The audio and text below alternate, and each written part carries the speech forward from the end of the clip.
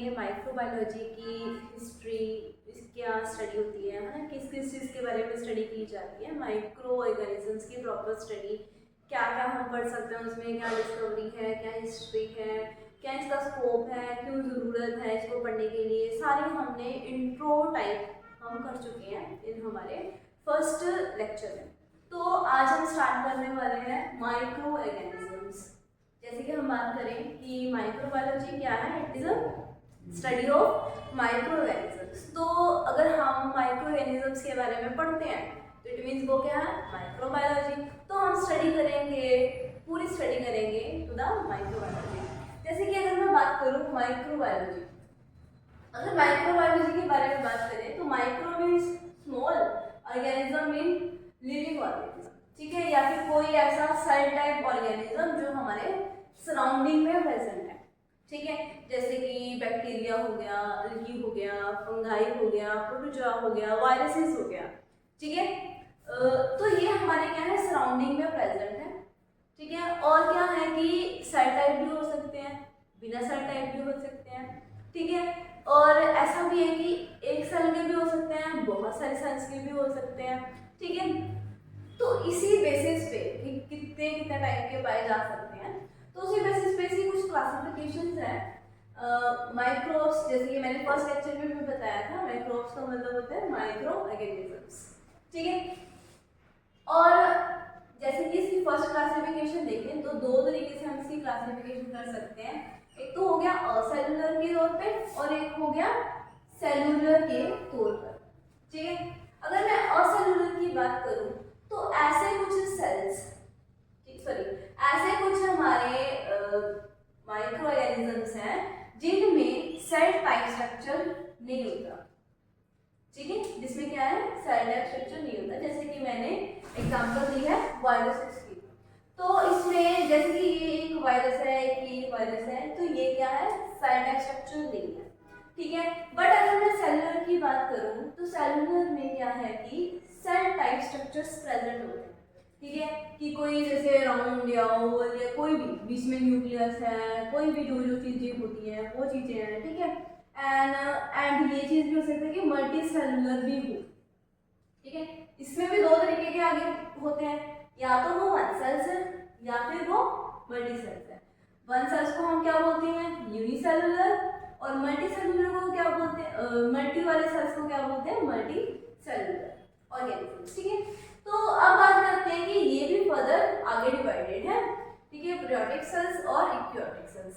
Protic sales में आ जाते हैं कि हमारे बैक्टीरियाज, और इक्योटिक सेल्स में आ जाते हैं हमारे फंगाई और अल्गी, ठीक है। तो अब हम डीप स्टडी करते हैं, या फिर हम बोले कि इन दोनों का डिफरेंस करते हैं कि इन दोनों में फर्क क्या है, प्रियोडिक और इक्योटिक सेल्स। अब हम बात करते हैं डिफरेंस बिटवीन प्रियोडिक और यूकेरियोटिक सेल्स, ठीक है। तो अगर हम बात करें इन दोनों में तो आप डायग्राम प्रॉपर्ली देख सकते हैं कि जैसे कि प्रियोडिक सेल्स में देखिए तो यहाँ पे ना ये कुछ ऐसे जार सा बना हुआ है ना, जिसको हम क्या बोलते हैं, न्यूक्लियोइड, ठीक है। पहला डिफरेंस तो ये हो गया कि ये ऐसा तो कुछ बना हुआ है और इसमें ऐसा तो कुछ बना हुआ है, ठीक है। अगर इसमें मेन बात देखें, दोनों में मेन डिफरेंस क्या था, जब हम सेलुलर वाला कर रहे थे, सेलुलर में दो तरीके के सेल्स थे, एक तो मल्टी सेलुलर थे और एक सिंगल सेलुलर थे, यानी कि यूनिसेलुलर। तो अगर हम पीरियोडिक की बात करें, पीरियोडिक सेल्स की बात करें तो इट्स ए यूनिसेलुलर, ठीक है, कि मतलब एक ही सेल होता है इसमें। बट अगर यूकेरियोटिक सेल्स की बात करें तो ये मल्टीपल सेल्स हो सकते हैं, ठीक है।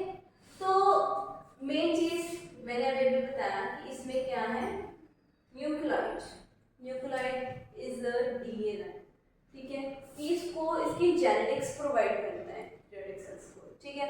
और ये कुछ वेब टाइप सा है, ठीक है, एंड या फिर हम बोल सकते हैं like nucleus but not nucleus, nucleus नहीं है बट जैसा, न्यूक्लियस जैसा है, ठीक है। और बाकी ये चीज सेम ही है इसमें, ठीक है, राइबोसोम्स एंड अगर हम बात करें कैप्सुलर कैप्सूल्स, ठीक है। अगर हम बात करें सेल मेम्ब्रेन के बारे में, ठीक है, तो इसमें और इसमें अगर हम सेल मेम्ब्रेन के बारे में करें तो इसमें सिर्फ एक ही सेल मेम्ब्रेन होती है यूकेरियोटिक सेल्स में। एंड यूकेरियोटिक सेल्स में देखें तो यहाँ पे 2 सेल्स ऑफ मेम्ब्रेन प्रेजेंट होती है, ठीक है, जैसे कि यहाँ पे बना हुआ है, यू कैन सी क्लियरली। और जैसे कि अभी मैंने बताया मतलब कि न्यूक्लियोइड होता है इसमें, यानी कि इसमें न्यूक्लियस नहीं होता, न्यूक्लियस के जैसा न्यूक्लियोइड होता है जो कि उसको जेनेटिक्स प्रोवाइड करता है, ठीक है। एंड यूकेरियोटिक में क्या होता है कि इसमें न्यूक्लियस प्रेजेंट होता है और न्यूक्लियस के अंदर यूकेरियोट्स प्रेजेंट होता है, ठीक है। अगर इनके डिफरेंस की बात करें तो इनका साइज में देखो कितना वेरिएशन है, ठीक है। अगर प्रोडक्ट्स बात करें बहुत छोटे होते हैं और ये एज कंपेयर टू दिस थोड़े से बड़े होते हैं, जैसे कि यहाँ पे आप देख सकते हो 1 to 10 है and 10 to 100 micrometre. And microscope से भी इसको क्या है नहीं देखा जा सकता जो हमारे प्रोडक्ट सेल्स हैं, और यूकेरियोटिक सेल्स को माइक्रोस्कोप के अंदर देख सकते हैं, ठीक है। एंड अगर हम बात करें इन दोनों में कि इसमें फंगाई, प्रोटोजोआस एंड, और इसमें अगर एग्जांपल देखें तो इसका एग्जांपल है बैक्टीरिया। बैक्टीरिया का साइज एज कंपेयर टू इनके क्या होता है, छोटा होता है, ठीक है। तो जैसे कि कुछ ऐसे बैक्टीरिया हमारे सराउंडिंग में प्रेजेंट होते हैं जो हम नहीं देख पाते, ठीक है। वैसे अगर बात करें तो बैक्टीरिया के अलग अलग शेप्स होते हैं, ठीक है, अलग अलग साइजेस होते हैं, जैसे में वेरिएशन है कि इतने से इतने में हम पा सकते हैं साइजेस।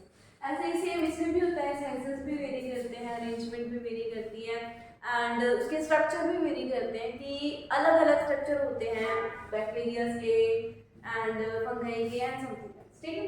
इतना अब हम बात करते हैं classification on the basis of broad, मतलब कि कैसे इसकी शेप्स हैं, किस तरीके से पाए जाते हैं, दिस काइंड ऑफ। अगर हम पहले वाले की बात करें तो हमारे पास आ जाता है बैक्टीरिया, ठीक है। जैसे कि हमने पहले भी बताया है कि बैक्टीरिया क्या है, प्रोटोटिक सेल। प्रोटोटिक सेल्स क्या होते हैं, यूनिसेलुलर। और एक चीज और कि अगर मैं बैक्टीरिया की स्टडी कर रही हूँ तो क्या होगा, ये बैक्टीरियोलॉजी, गॉट इट। देखो पहली चीज तो ये है कि ये बहुत ही ज्यादा छोटे छोटे होते हैं, ठीक है। जैसे कि मैंने बताया कि प्रोटोटिक सेल्स कितने उसके होते हैं, 1 to 10 माइक्रोमीटर, ठीक है। तो इसी अकॉर्डिंग ये भी है, ठीक है, ये बहुत ही छोटे होते हैं और माइक्रोस्कोपिक होते हैं, यानी कि अंडर माइक्रोस्कोप ये दिख जाएंगे, ठीक है, और अल्ट्रा माइक्रोस्कोप भी बोल सकते हैं। एंड फिर उसके बाद है यूनिसेलुलर, कि एक ये सिंगल सेल वाले ही होते हैं, एक ही सेल होता है इनमें, ठीक है, ऐसे कंबाइंड भी होते हैं। और अगर हम बात करें कि ये क्या इफेक्ट डालता है हमारे इन्वायरमेंट पे, अगर मेडिकल टर्म के अकॉर्डिंग हम बात करें तो ये कुछ डिसीज पैदा करता है इन्वायरमेंट में हमारे लिए जो बहुत हानिकारक है। पहली तो है टाइफाइड, जो टाइफाइड करते हैं, टाइफाइड यानी कि कोई फीवर चढ़ जाता है, ठीक है, बहुत ज़्यादा फीवर हो, ठीक है, ऐसा काइंड ऑफ, ठीक है। और ये किसके बदौलत होता है, सल्मोनेला टाइफाइड, जो इस तरीके का दिखाई देता है, कुछ ऐसा ओवल सा टाइप, ओके। एंड अगर हम बात करें दूसरे की ट्यूबरक्लोसिस के बारे में तो ये होता है माइकोबैक्टीरियम ट्यूबरक्लोसिस, जो कि ऐसा कुछ ऐसा होता है कि जैसे सिलेंडर टाइप शेप होती है, वैसा ही कुछ दिखाई देता है।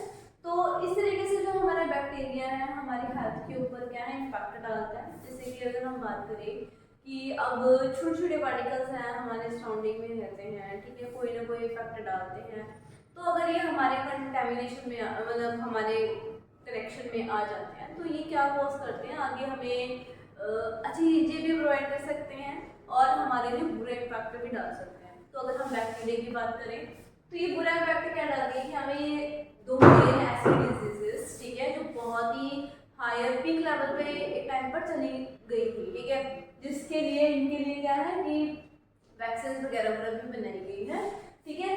तो उनसे बचने के लिए भी हम इन्हीं का यूज करते हैं, ठीक है। तो सेकंड चीज हमारी आ जाती है वायरसेस। जैसे बैक्टीरिया के बाद हम अगर वायरसेस की बात करें तो वायरसेस बैक्टीरिया से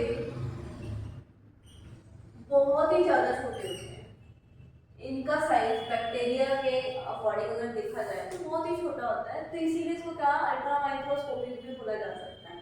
ठीक है, और पहली चीज जो हम पहले कर चुके हैं कि ये क्या होते हैं, असेलुलर होते हैं, यानी कि इनमें सेल लाइक स्ट्रक्चर नहीं प्रेजेंट होता, नहीं जैसे कि ये।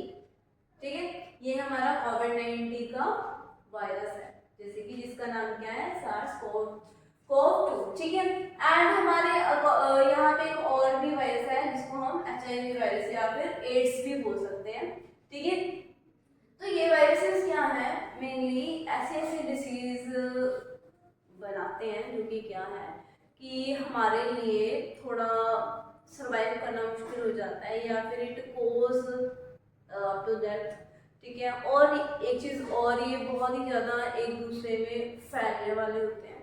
ठीक है, जैसे कि इन दोनों की बात की जाए तो दोनों ही क्या है, ट्रांसमिटेड डिसीजेज हैं। जैसे कि ये तो सेक्सुअल ट्रांसमिटेड डिसीजेज है, एंड दिस वन इज जैसे कि अगर आप कम्युनिकेबल डिसीज बोल रहे हैं, ठीक है, कि किसी से बातचीत करने से, टच वगैरह करने से, या फिर किसी कांटेक्ट में आने से क्या है, ये फैल जाते हैं। ठीक है, तो अब बात करते हैं थर्ड वन, फंगाई की। ठीक है, फंगी इज दैट की जैसे ना हमारे ना आसपास ना उंगली टाइप कोई चीज़ होती है ना, सुना होगा अगर कोई वर्ड कि उंगली सी लगी है। ठीक है, वाइटिश कोई चीज़, या फिर मशरूम की बोलिए एग्जाम्पल लिए। ठीक है, दिस काइंड ऑफ चीज़ें हैं जो हम फंगाई को यूज़ करते हैं।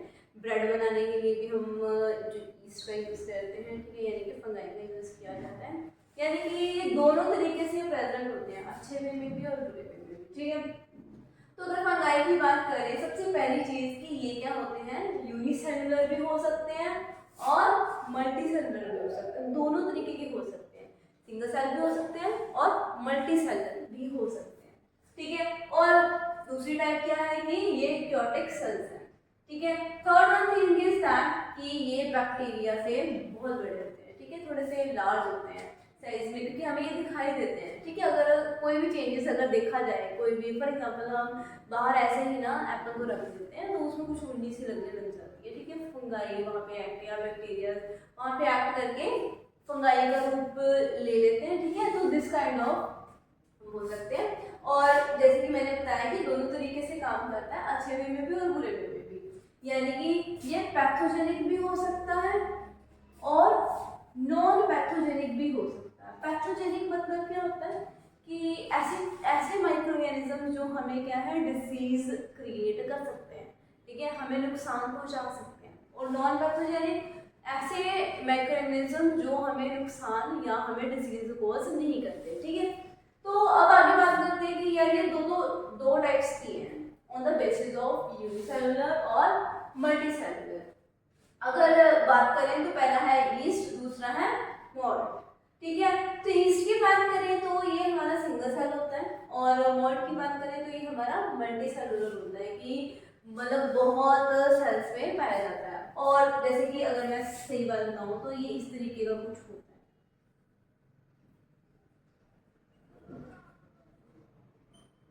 ठीक है, इस तरीके से ये हमें पाया जाता है। थोड़ा समझ सा नहीं आ रहा होगा, बट हाँ इस तरीके का कुछ इसका व्यवसाय होता है। ठीक है, अगर हम ईस्ट की बात करें तो हमें वो इस तरीके से पाया जाता है। ठीक है, जैसे कि थोड़ा मशरूम से का दिखना नहीं हुआ होता नीचे से जाकर, है ना, इस तरीके का टाइप होता है। ठीक है, और अगर इसकी प्रोडक्शन की बात करें कि ये बनता कैसे है, ये दोनों मेथड से बन सकता है। जैसे कि बताया यूनिसेलुलर है और मल्टी सेलुलर है। जब भी यूनिसेलुलर की बात करें या मल्टी सेलुलर की बात करें तो यहाँ पे जो इनकी मैकेनिज्म है वो दो तरीके से प्रोडक्शन कर सकती है, जैसे कि सेक्सुअल वे में भी कर सकती है और असेक्सुअल वे में भी कर सकती है। ठीक है, यानी कि सेक्सुअल वे मतलब कि दो पेरेंट होंगे। ठीक है, जो कि क्या है, फंगाई को प्रोड्यूस कर सकते हैं। एंड अगर असेक्सुअल की बात करें तो यानी कि सिंगल पेरेंट होगा, जो कि क्या है, आगे इनके प्रोडक्शन को या इनकी स्पीसीज को आगे बनाया रखता है। अगर ठीक है, प्रोटोजोअस की बात करें तो प्रोटोजोअस क्या होते हैं कि ये ना कुछ ऐसे से होते हैं। ठीक है, दिस काइंड ऑफ, या फिर मैं इसमें एग्जांपल दूं वेबर की। ठीक है, तो इस तरीके से लिक्विडेड या फिर हम ऐसा बोल सकते हैं, ठीक है। तो अगर पानी में ज़्यादा तरीके से ज़्यादातर ये क्या है ग्रो करते हैं, जैसे कि हम अगर हम बात करें तो प्रोटोजोआ क्या होते हैं कि यूनिसेलुलर होते हैं, यानी कि सिंगल सेल होते हैं। और दूसरी चीज़ कि यूकैरियोटिक सेल्स होते हैं, सिंगल है तो यानी यूकैरियोटिक सेल्स होंगे, ठीक है। और तीसरी चीज़ होती है कि ये पैरासाइटिक नेचर में होते हैं, दोनों तरीके से होता है ये, मतलब पैरासाइटिक मतलब कि ये किसी और ऑर्गेनिजम्स के अंदर भी डेवलप हो सकते हैं, अपने आप को डेवलप कर सकते हैं, होस्ट बनाते हैं, आगे जाकर फिर क्या है डिसीज को पूरा फैला देते हैं, अपने प्रजाति को पूरा फैला देते हैं, ठीक है। और फिर क्या है कि फिर उसके बाद ये बाहर भी सर्वाइव कर सकते हैं, जैसे कि मैंने बताया कि लिक्विडेड एरिया में ज़्यादातर सर्वाइव करते हैं, ठीक है। और इसमें जैसे कि कॉमन प्रोटोजोआस की बात करें जो मलेरिया को कॉज करता है, ठीक है, वो है प्लाज्मोडियम, ठीक है। प्लाज्मोडियम इज प्रोटोजोआ है जो कि मलेरिया को कॉज करता है। इसके अलावा जैसे मैंने आपको अमीबा के बारे में बताया, ठीक है, तो वो भी क्या है अपना प्रोडक्शन ऐसे, जैसे अगर मैं आपको एग्जांपल दूँ, ठीक है, कि अगर ये एक पेरेंट है, ठीक है, तो ये आगे जाके क्या कर देगा, ये अपने होस्ट बनाने शुरू करेगा, ठीक है, अपने आप को डिवाइडेड करेगा, डिवाइडेड करने के बाद क्या करेगा, अपने पार्ट्स को अलग करेगा, फिर उसके बाद अपने जैसे और यंग वंस आगे स्प्रेडिंग करेगा, ठीक है। इस तरीके से ये क्या है कि अपने जैसे बंदों को और ज़्यादा फैलाओ, ठीक है। अगर हम अलगी की बात करें तो इसको ब्लू ग्रीन अलगी के नाम से भी जाना जाता है, ठीक है। ये ज़्यादातर क्या है कि जितने भी मतलब वाटर बॉडीज होती हैं, जैसे लेक, पॉन्ड, ठीक है, कोई भी ऐसा पानी जहाँ पे इकट्ठा हो रखा हो काफ़ी टाइम तक, ठीक है, तो वहाँ पे ये क्या है कि ग्रो करनी शुरू हो जाती है, ठीक है। जैसे कि मैंने बताया कि ये एक्वेटिक है, यानी कि पानी में लिविंग बीइंग भी बोल सकते हैं इसको, ठीक है। और ये दोनों तरीके में पाई जाती है, यूनिसेलुलर भी और मल्टीसेलुलर भी। और अगर यूनिसेलुलर है तो यानी कि यूकैरियोटिक सेल्स हुआ ही होगा। और जैसे कि मैंने आपको बताया कि ये बॉडी मतलब कि वाटर बॉडीज में पाई जाती है। और अगर बात करूँ डिसीज के अकॉर्डिंग, तो ये धीरे धीरे क्या है अपने आप को अपनी को मतलब इतना मतलब पता नहीं लगने देते कि इनकी ग्रोथ हो रही है, बट यस ये ह्यूमंस में, कैटल्स में या फिर डॉग्स में अपनी डिसीज की फॉर्म को इंक्रीज कर सकती है, ठीक है। जैसे कि इसको ग्रीन अलगा एक हमारा मतलब वो होता है, ठीक है, अलगी ही होती है ग्रीन अलगा, वो क्या करता है कि धीरे धीरे क्या है अपनी ग्रोथ इंक्रीज करता रहता है और फॉर्मेशन बनानी शुरू कर देता है, ठीक है। So that's all about today's class. So इसके बाद यानी कि आज के जो हमारी सीरीज है यहीं तक की है। तो इसके बाद हम इनके मॉर्फोसिस करेंगे। मॉर्फोसिस इज दैट कि इनका स्ट्रक्चर्स क्या है, साइज, अलग अलग साइज क्या है, हम डीपली स्टडी करेंगे कि बैक्टीरिया का क्या साइज होता है, ठीक है, कितने तरह के बैक्टीरिया पाए जा सकते हैं, कौन सा बैक्टीरिया क्या कोज कर सकता है, कौन सी डिसीज पैदा कर सकता है, ठीक है। जैसे कि आज के लेक्चर में क्या था कि सारा ओवरव्यू था कि हमारे माइक्रो ऑर्गेनिजम्स के साथ हमारे इंट्रोडक्शन का हम पार्ट बोल सकते हैं। तो जैसे ही हमारी सीरीज बढ़ती जाएंगी हमारी जो नॉलेज है रिलेटेड टू द माइक्रोबायोलॉजी वो क्या हो जाएगी, इंक्रीज होती रहेगी, ठीक है। तो फिर बने रहिए हमारी क्लासेस के साथ। Thank you for watching.